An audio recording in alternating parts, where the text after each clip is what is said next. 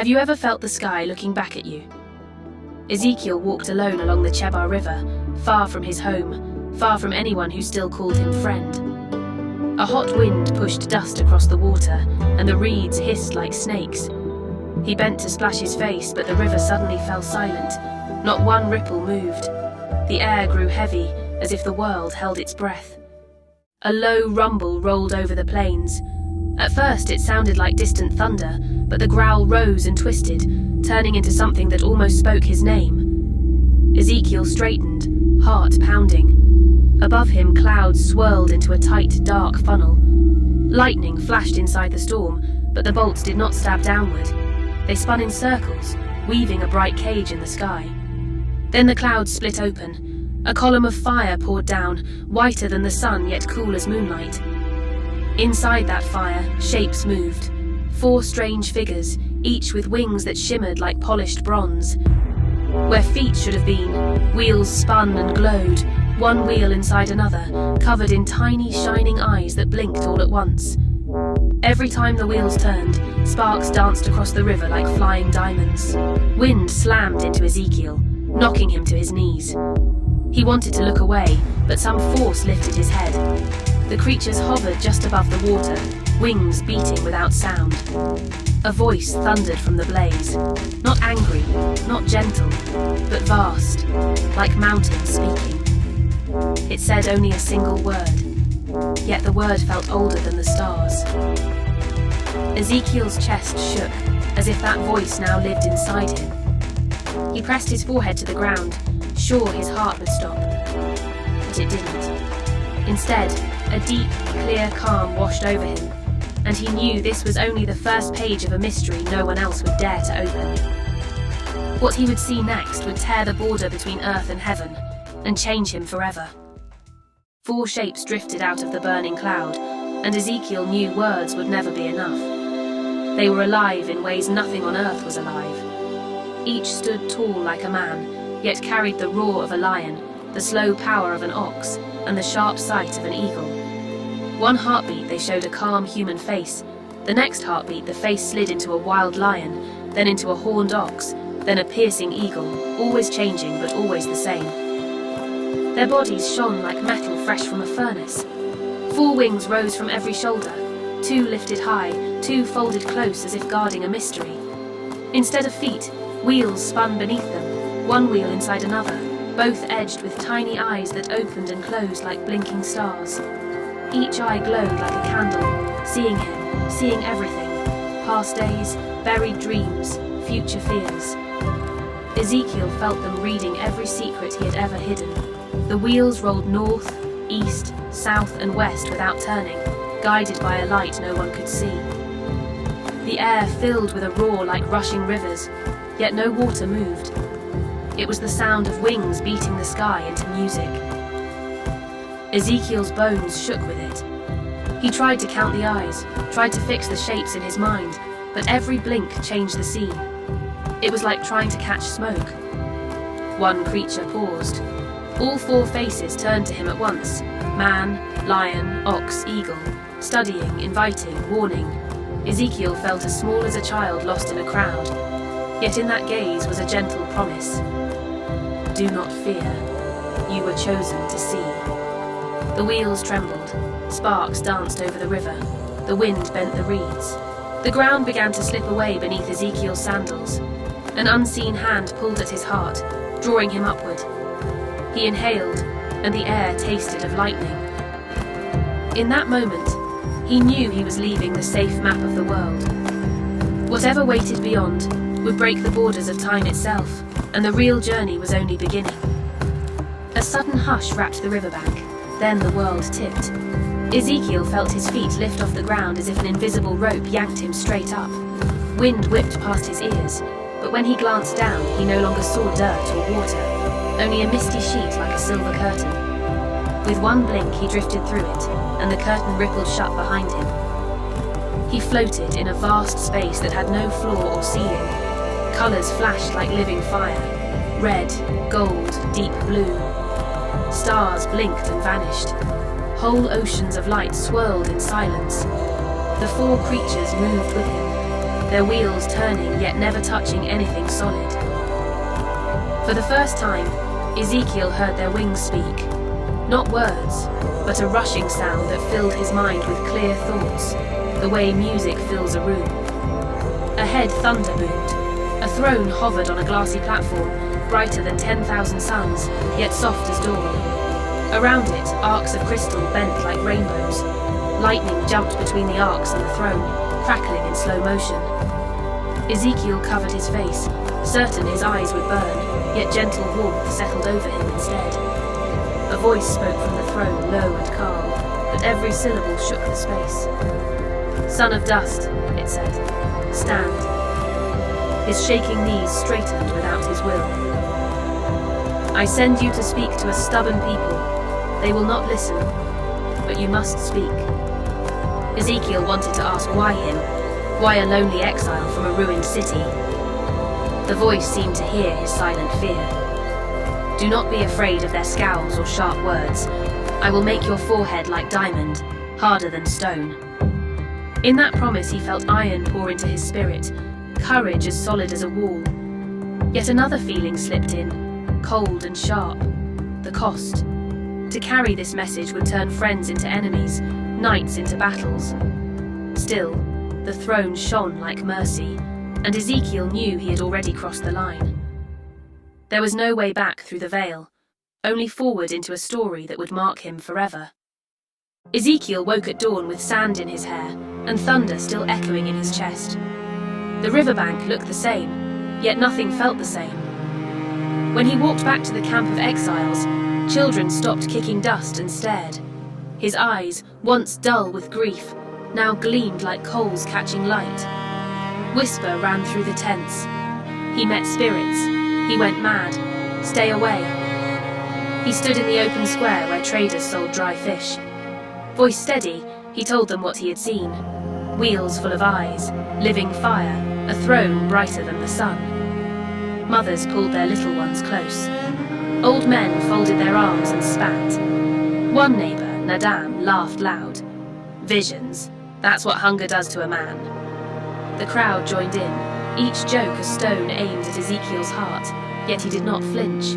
A calm, stronger than shame, kept him rooted. Days passed, and Ezekiel acted out strange signs. He piled mud bricks to show a city under siege. He lay on one side of his body for hours, then days, whispering numbers only heaven understood. People gathered just to jeer. But one night the wind shifted. Sparks like red rain drifted over the roofs. Dry beams burst into flame though no torch had touched them. Smoke curled into shapes, wings, wheels, eyes, before melting into the dark. Fear gripped even the bravest mockers. They rushed to douse the fires, but Ezekiel alone stayed still, lit by the glow. "Do you see now?" he asked. No one answered. The laughter was gone. Only the crackle of burning straw replied.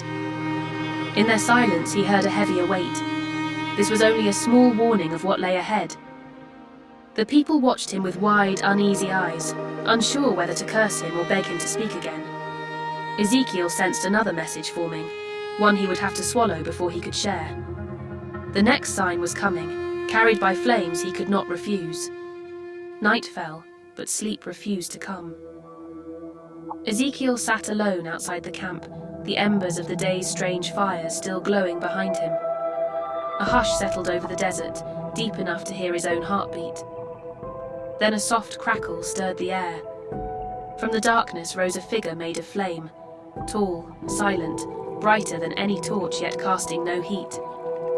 In its hands lay a scroll that burned without turning to ash. The fiery being held the scroll toward him. Letters glimmered across the surface, curling symbols he did not know, yet somehow understood. The being spoke without moving its lips. "Take, eat. These words must live inside you." Ezekiel's mouth went dry. "Eat fire." But he remembered the throne's promise. "Do not fear." So he reached out. The moment his fingers touched it, the flames cooled. The scroll felt like warm bread fresh from an oven. He unrolled it. Inside were 3 lines only. Lamentation, mourning, woe. The words pulsed like beating hearts. With a deep breath, he lifted the scroll to his lips. It slid into his mouth as lightly as honey, sweet at first, then sharp, like swallowing thorns made of light.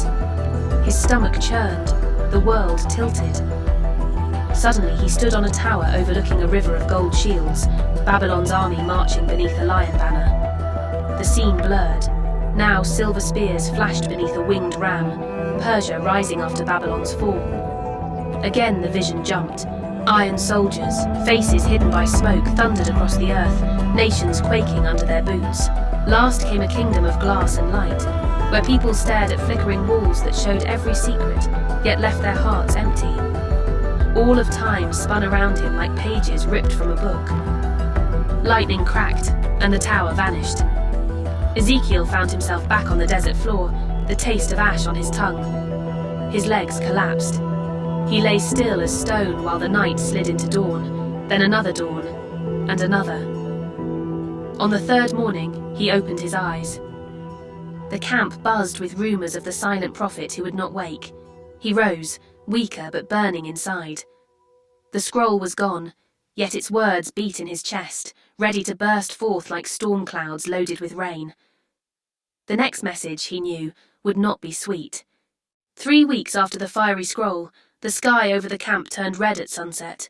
So red it looked as if someone had spilled paint across the clouds. People muttered that another sandstorm was brewing, but Ezekiel felt a different tug in the air, the way a sailor feels a storm before the first drop of rain. He stepped outside and the wind died, leaving every flag and robe hanging limp. A deep hum drifted from the horizon, slow and steady, like a giant drumbeat under the earth. Children covered their ears. Dogs crawled beneath carts. Ezekiel lifted his eyes. There, just above the rooftops, spun the wheels. Last time they had gleamed gold and silver.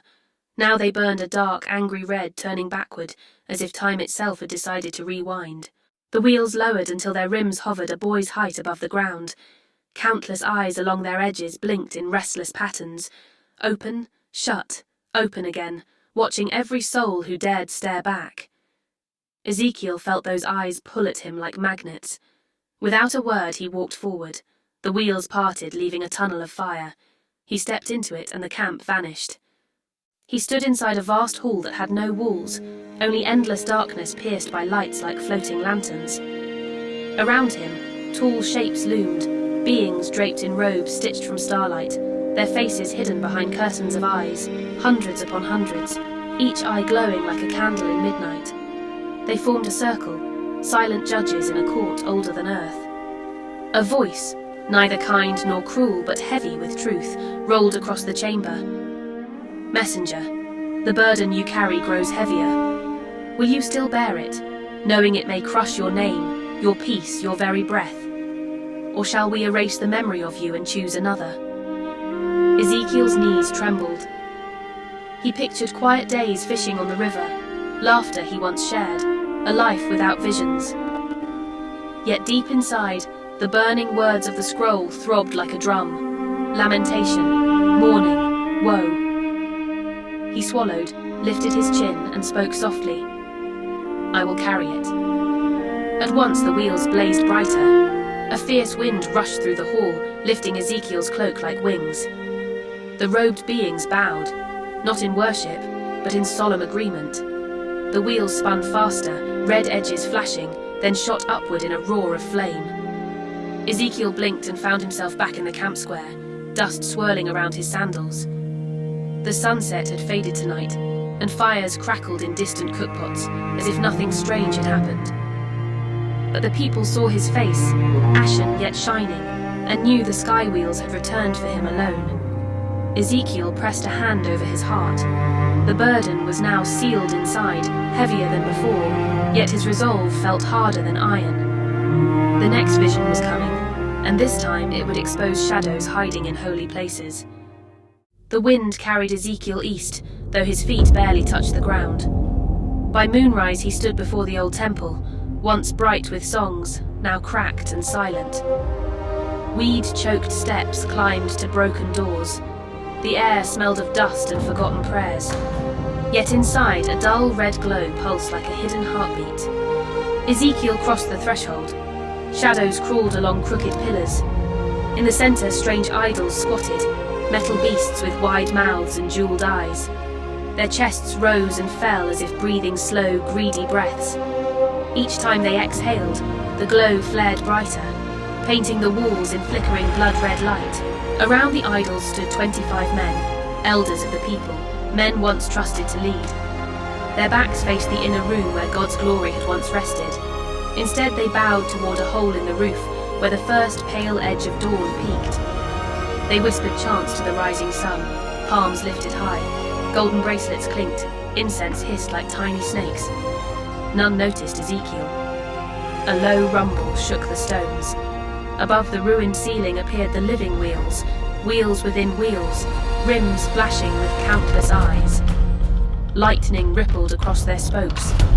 From beside them hovered the four-faced creatures, wings folded tight, waiting. The idol's gems flashed in fear, but could not move. A voice rolled through the hall like rolling thunder. "Look, son of dust, do you see why judgment must come?" Ezekiel's heart ached. These leaders had traded living truth for cold metal, turned their backs on the one who gave them breath. A bolt of fire shot from the wheels. It sliced through the roof, splitting a pillar. Stone cracked, sparks flew. The 25 men whirled, faces pale, but the flames froze mid-air, hanging like a sword made of light. Warning, not yet strike. Silence deeper than night settled. Ezekiel fell to his knees, tears mixing with dust. He felt both grief and fierce justice mingling like two rivers meeting. The vision told him, "Expose the idols, for hidden darkness cannot stay hidden forever." And outside, the first true rays of morning crept over the horizon, ready to reveal every shadow. A fierce wind lifted Ezekiel out of the shattered temple and set him down on cracked earth that stretched wider than any desert he knew. The air smelled dry and old, like a book left too long in the sun. All around him lay bones, white, brittle, lifeless, piled so thick they covered the ground like snow. Skulls gaped at the empty sky, ribs curved like broken cages. Not a bird cried, not a leaf stirred. It was a valley where even echoes seemed afraid to speak. A gentle voice, one he'd come to trust, broke the silence. "Son of dust, can these bones live again?" Ezekiel's throat tightened. He looked at the scattered skeletons and whispered, "Lord, only you know." The voice answered, "Speak to these bones. Tell them life is not over." Unsure but obedient, Ezekiel drew a shaky breath. "Dry bones, hear these words. Flesh will cover you, breath will fill you, and you will stand."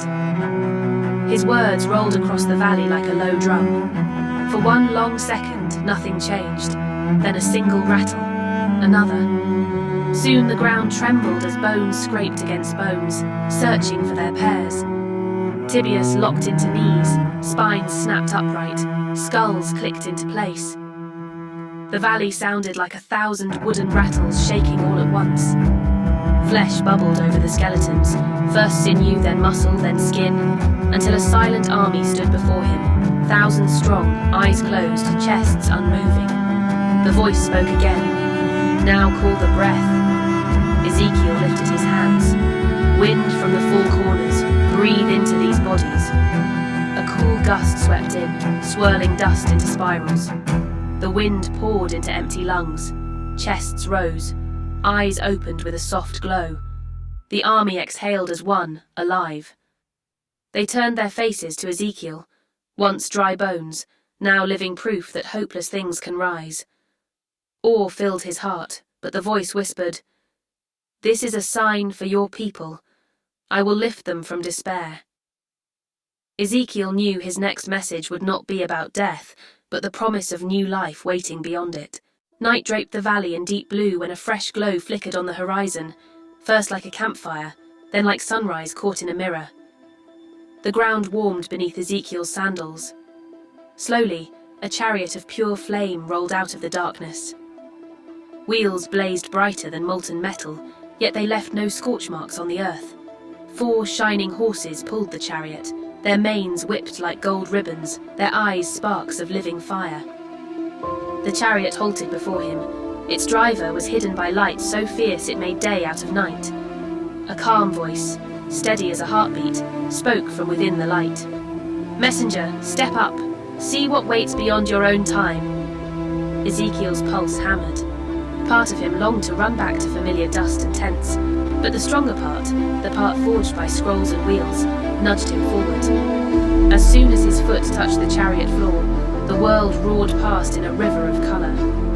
He glimpsed cities he had never known, towers of glass, rivers of rushing lights, flying machines loud as thunderbirds. He saw streets crowded with people staring into glowing rectangles, their faces lit by shifting images. Far off, fires burst like red flowers over darkened houses. Sirens wailed, smoke climbed into star-sprinkled skies. War, confusion, hunger for meaning. Every human ache flashed by in a breath. Then the chariot slowed atop a quiet hill under unfamiliar stars. The radiant driver spoke again. "You now grasp the weight of your words. Speak to your people, and to every generation after them. Warn them, guide them, remind them that breath can return to dry bones, but pride can turn cities to ash." Ezekiel bowed, tears hot on his cheeks. Not of fear, but of fierce love for the world he'd seen. A rush of wind swept him off the chariot. He landed gently on the same valley floor, now empty and still. Above, the burning chariot rose like a second moon, then vanished into the dark. Ezekiel clenched his hands around invisible reins of duty. His final task awaited, the last vision that would seal his legacy for all time. Ezekiel found himself back beside the quiet Chebar River, morning light spilling over the reeds. The camp still slept, cooking fires were cold, yet the prophet felt older, as if many years had passed in one night. His eyes held strange reflections, wheels, wings, armies rising from dust, cities of glass bathed in red flame. No wash of water could rinse those images away. He picked up a flat clay tablet and a sharp reed. Hands trembling, he wrote while the words still burned hot in his chest. He carved every flash of lightning, every roar of living wheels, every promise of hope and warning. The tablet filled. He reached for another and another, until a small tower of wet clay stood beside him. Passing shepherds paused, puzzled by the lonely man scratching dawn into stone. Days turned into weeks.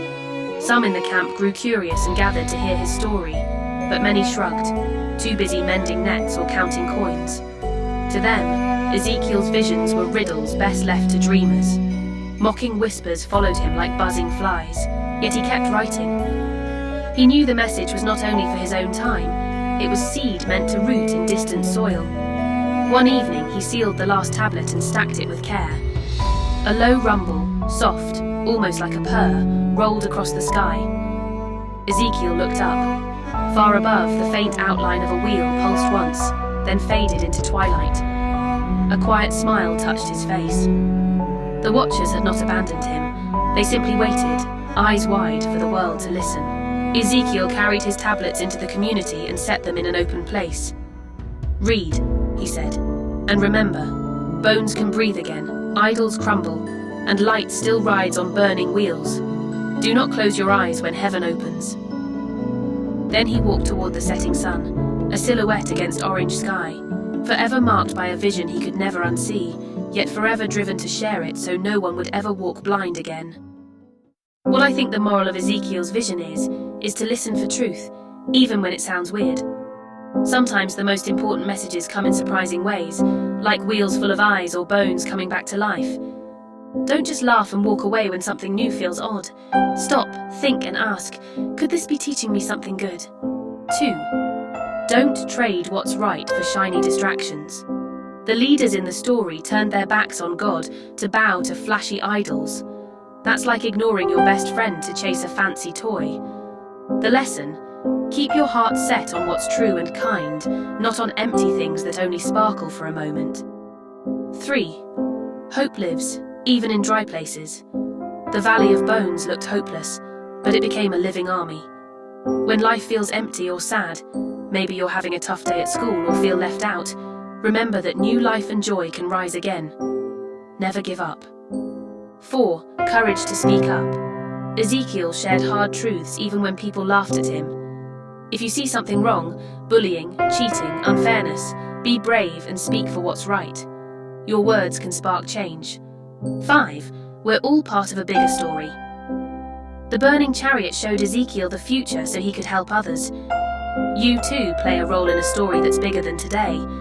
The choices you make, kindness, honesty, courage, can help shape a brighter tomorrow. One simple sentence: stay true, stay hopeful, and be brave enough to shine light where others see only darkness.